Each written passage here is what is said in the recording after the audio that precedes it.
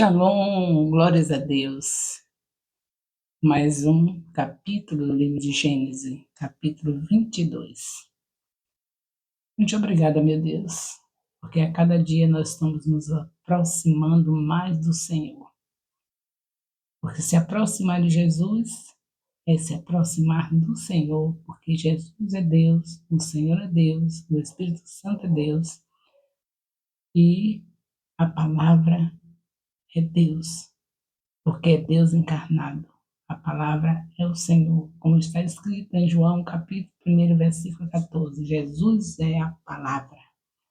Ele é Deus, então a palavra nos aproxima mais do Senhor cada dia. Esse capítulo 22, o Senhor fala que Deus põe Abraão à prova. Começa assim, Começa o capítulo assim: depois dessas coisas, Deus pôs Abraão à prova e lhe disse.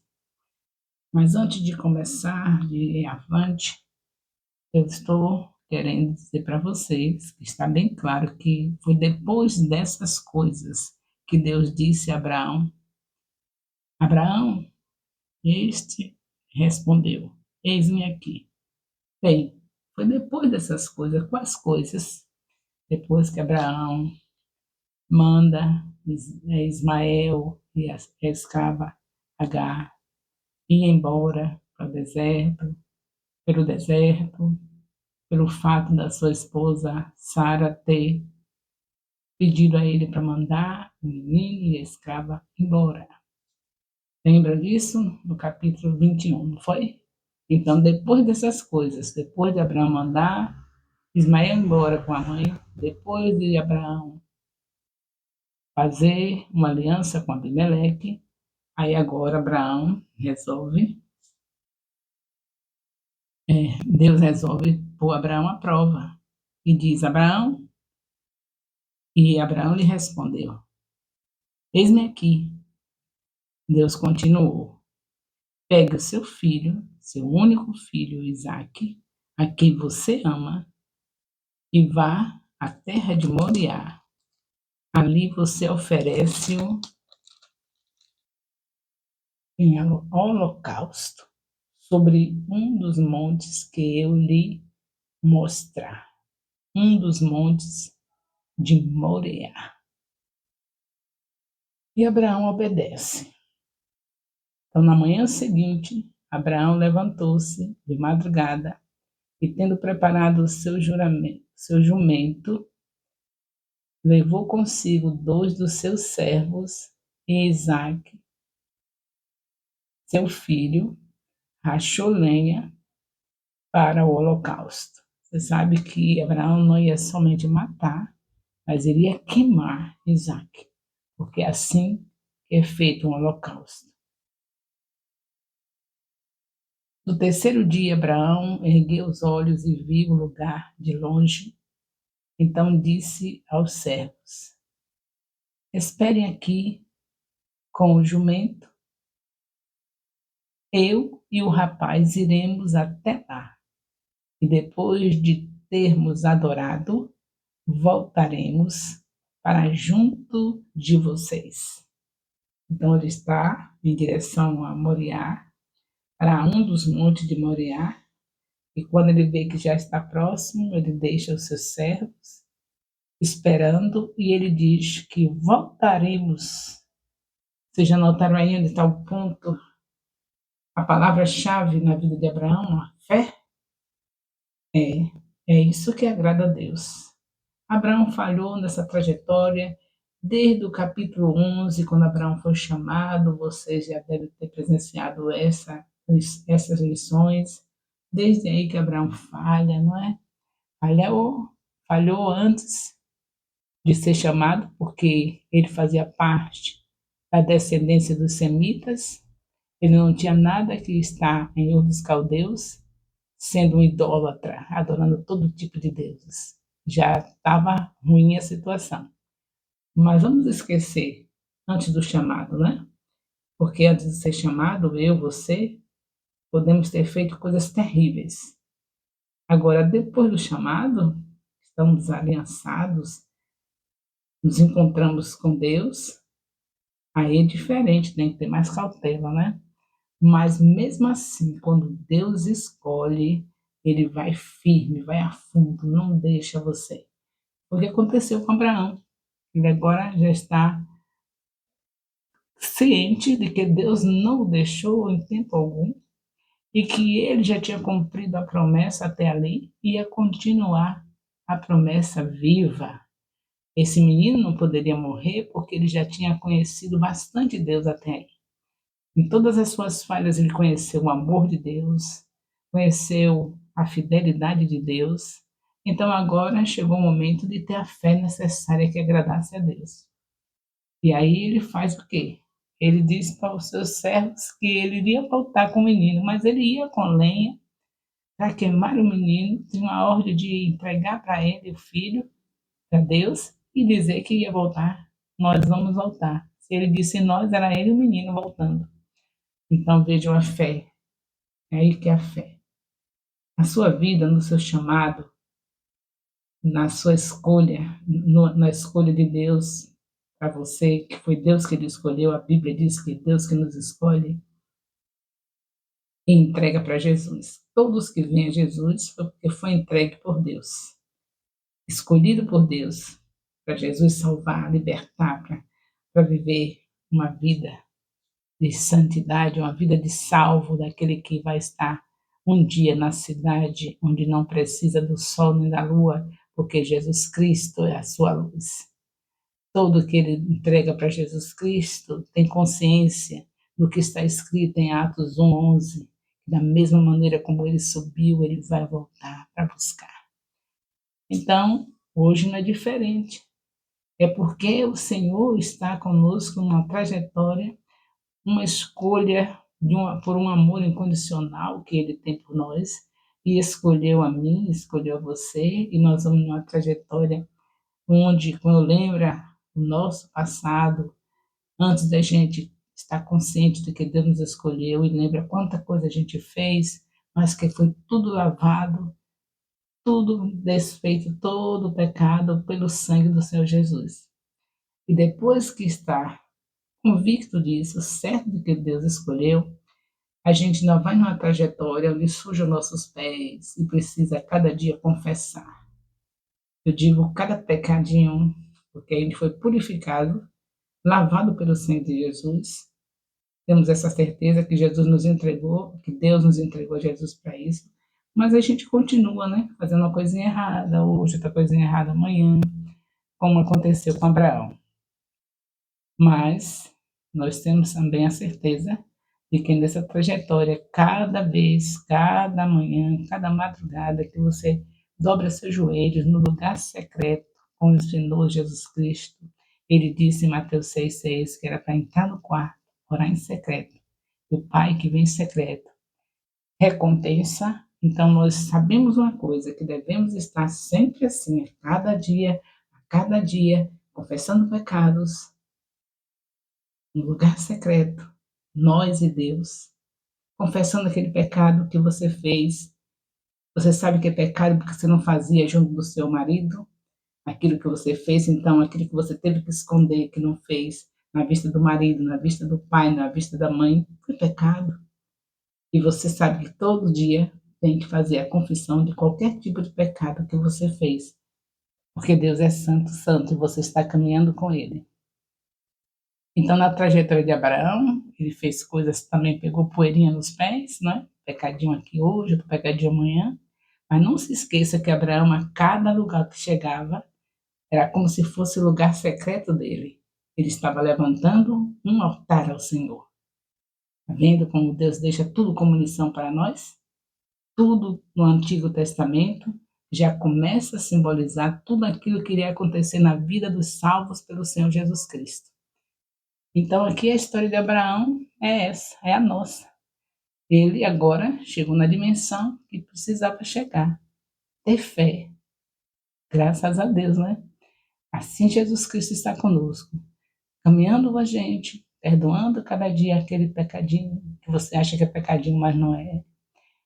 Qualquer pecado saiu do alvo, está ofendendo a Deus, a gente vai nessa trajetória e Deus, com paciência, com amor incondicional, ele só quer que você quebrante o coração e vai lhe suportando um coração quebrantado, como está escrito em Salmo 51, versículo 17. Ele não despreza jamais, então você vai quebrantando o coração. Ó Senhor, mais uma vez, Senhor. Ah, meu Deus, me perdoe mais esse pecado. Ó, não é para ficar repetindo o pecado, não. Eu sei que aqueles que são salvos, ele confessa e deixa para alcançar misericórdia, né? E aí vem outra coisa que se faz, até que chega um ponto que a gente já está assim tão jogado nos braços do Senhor Jesus, tão quebrantado, que a gente já pode dizer, Senhor, pode vir, né? Estamos aqui em dias com o Senhor. O Senhor já me purificou a cada dia. Eu já sinto que o Senhor pode vir, como o Senhor disse lá em Atos 1:11, que havia de voltar para buscar a sua igreja. Já estou convicta de que o Senhor tem um amor incondicional e que o Senhor a cada dia me purifica, que eu acredito que a sua vinda será um momento tão maravilhoso, porque ali eu não irei pecar mais, nunca mais, entendeu? Tem vontade do Senhor Deus mandar logo Jesus, ele descer logo, porque já está convicto que o pecado ofende a Deus e que tem procurado a cada dia confessar e quer sair dessa agonia de todo dia ter um pecadinho para confessar. Então diz, venha Jesus, venha Senhor, vem buscar a tua igreja para que eu não tenha mais essa aflição de estar todo dia fazendo alguma coisa que ofende o Senhor e, e lá eu não terei mais isso. Estarei para sempre sem essa situação de ofensa ao Deus Todo-Poderoso que me escolheu e me entregou ao seu Filho. Então, essa é a conversa daquele que já está cheio de fé, certo? É a conversa de Abraão. Eu vou levar o meu filho lá em cima, no monte, mas nós voltaremos. Fé. A mesma coisa. Olha, Jesus está voltando. Eu não quero mais nada com esse mundo. Eu quero viver cumprindo a palavra dele, ganhando vidas, vendo a minha parentela, os que não são salvos, para que Deus salve através de mim, vendo a minha vizinhança que não está salva, para Deus salvar através de mim, meu colega de trabalho, para Deus salvar. Vai viver assim, nessa fome de Deus e nessa vontade de estar sempre purificado, sempre quebrantado com o Senhor, e para ele o desejo é que Jesus venha logo para que não tenha que estar nessa situação. Quando você demonstra essa vontade de Jesus Cristo vir buscar a igreja e que vive numa vida de constante cumprimento do ID, querendo ver outras pessoas também participar desse dia maravilhoso, subir também com Jesus, você quer que sua família suba com Jesus, você quer que suas parentelas subam com Jesus, sua vizinhança, seus amigos de trabalho, seus amigos de faculdade, isso é a fé. Enquanto você está se conformando com os pecadinhos, dizendo isso não é nada, todo mundo faz, ainda está muito distante. Mas, de qualquer maneira, não se desanime, seja convicto do seu chamado, que você foi escolhido por Deus, entregue a Jesus, e não desanime, saia dessa fase de estar achando que o que você fez todo mundo faz, e entre nessa fase de quebrantamento, porque desse jeito que você vai chegar na fé que agrada a Deus, ao ponto de não gostar mais de viver todo dia um pecadinho e querer que Jesus venha logo, para que seja de uma vez por todas livre das aflições dessa carne. É o pecado, né? É uma mentirinha, é um pensamento negativo. Você sabe que até os pensamentos, né, ofende a Deus, dependendo dele. Ele diz que se pecar, se pensar, já fez.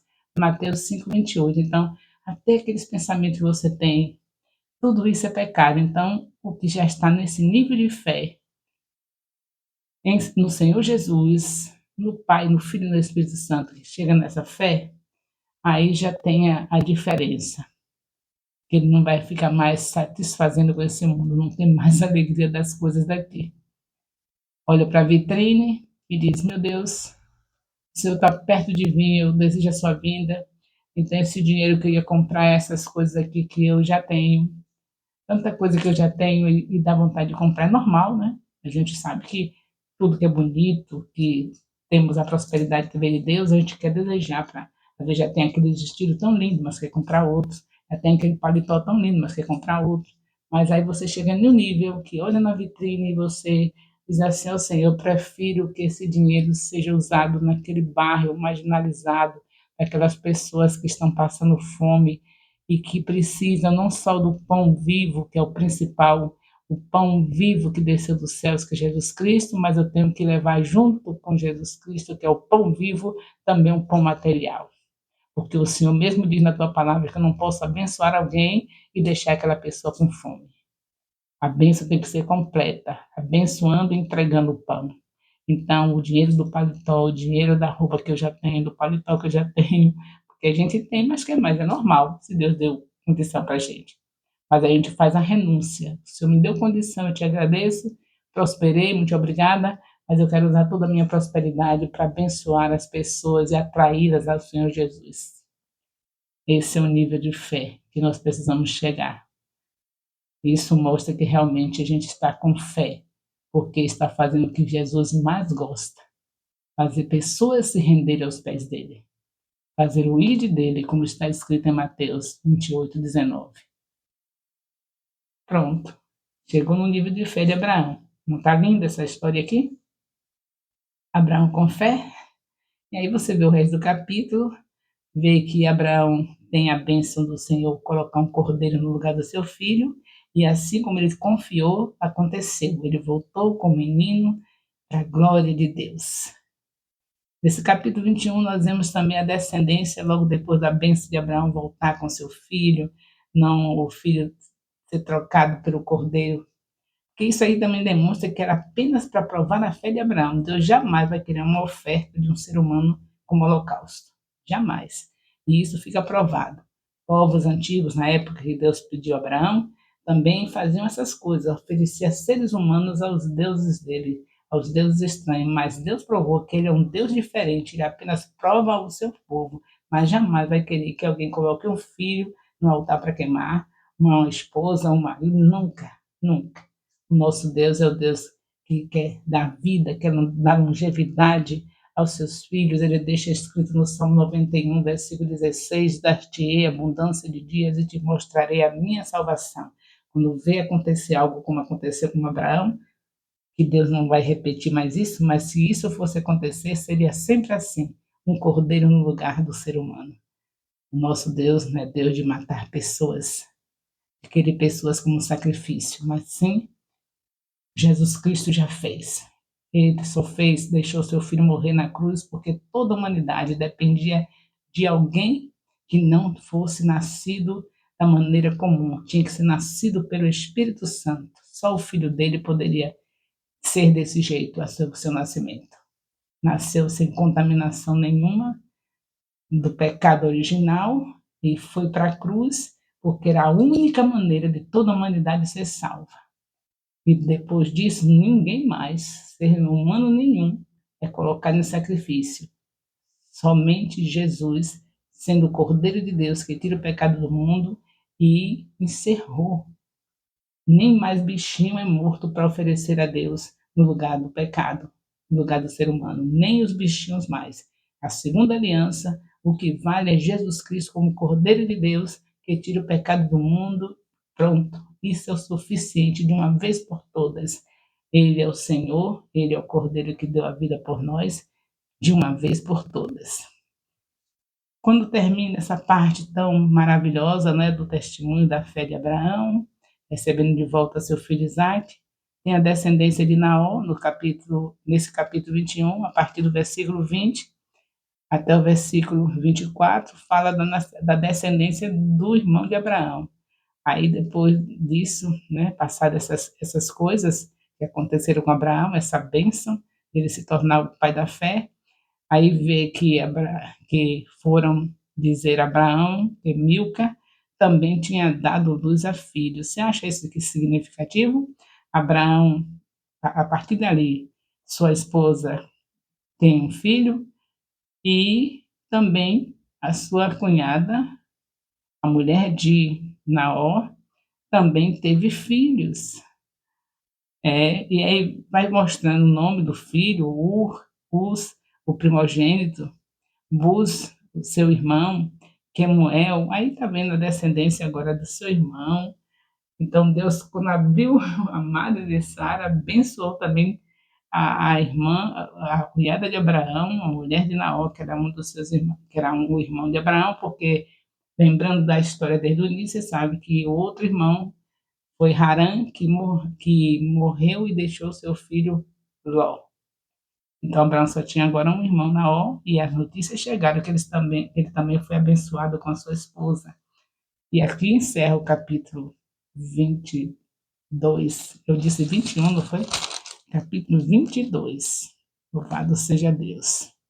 O amor de Deus, nosso Pai, a graça salvadora do nosso Senhor Jesus Cristo, a comunhão do Espírito Santo, seja com todos os discipuladores e discípulos do Ministério Apostólico Internacional, Filho de Jerusalém.